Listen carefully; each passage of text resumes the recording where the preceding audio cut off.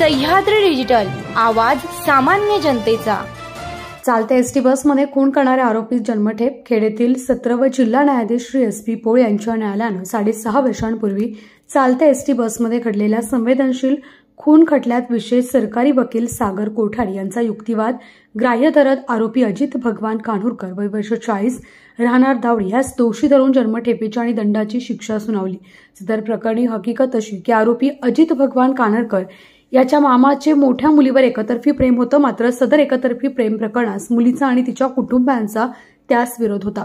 अनेक वेळा समजावून देखील अजित मुलीला व तिच्या कुटुंबाला त्रास देत होता, म्हणून अजित विरुद्ध अनेक पोलीस तक्रारी झाल्या। मात्र अजित त्यामुळे चिडून होता आणि त्याच रागापोटी मामाचे खानदान संपवायचे उद्देशाने दिनांक 12/6/2018 रोजी पाळत ठेवून तो मामाचा मुलगा ज्या बसनं शाळेत जातो त्या बसमध्ये आधीच जाऊन बसला। मयत मुलगा श्रीनाथ खेसे सकाळी 7:20 बसमध्ये बसल्यानंतर बस खेसे वस्तीतून 500 मीटर पुढे गेल्यावर दबा धरून बसलेल्या आरोपी अजितनं मयताच्या बहिणीसमोर श्रीनाथवर चालत्या बसमध्ये पाठीमागून सपासप डोक्यात कोयत्यानं 18 वार केले।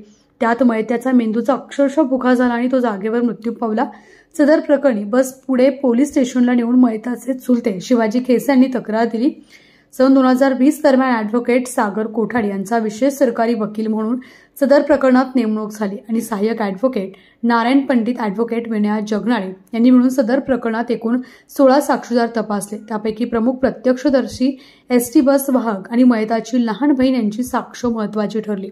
पोलीस निरीक्षक अरविंद चौधरी, प्रदीप जाधव यांनी सदर प्रकरणी तपास केला, तर न्यायालयीन कामकाजात पोलीस कर्मचारी विजय चौधरी आणि खरात यांनी सहभाग नोंदवला। दिनांक 7/2/2025 रोजी न्यायालयानं आरोपीस दोषी ठरवल्यानंतर सरकार पक्षातर्फे वकिलांनी आरोपीस फाशीची शिक्षा द्यावी अशी मागणी केली होती।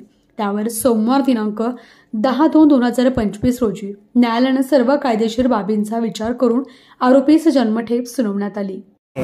खेडमधल्या गाजलेल्या खून खटल्यामध्ये अजित भगवान कान्होरकर राहणार कान्होरकर मळा दावडी याला आजन्म कारावास आणि 1 लाख रुपयाचा दंड, तो दंड म्हणजे मयताच्या आई वडिलांना नुकसान भरपाई म्हणून देण्याचा हुकूम केलेला आहे, आदेश केलेला आहे।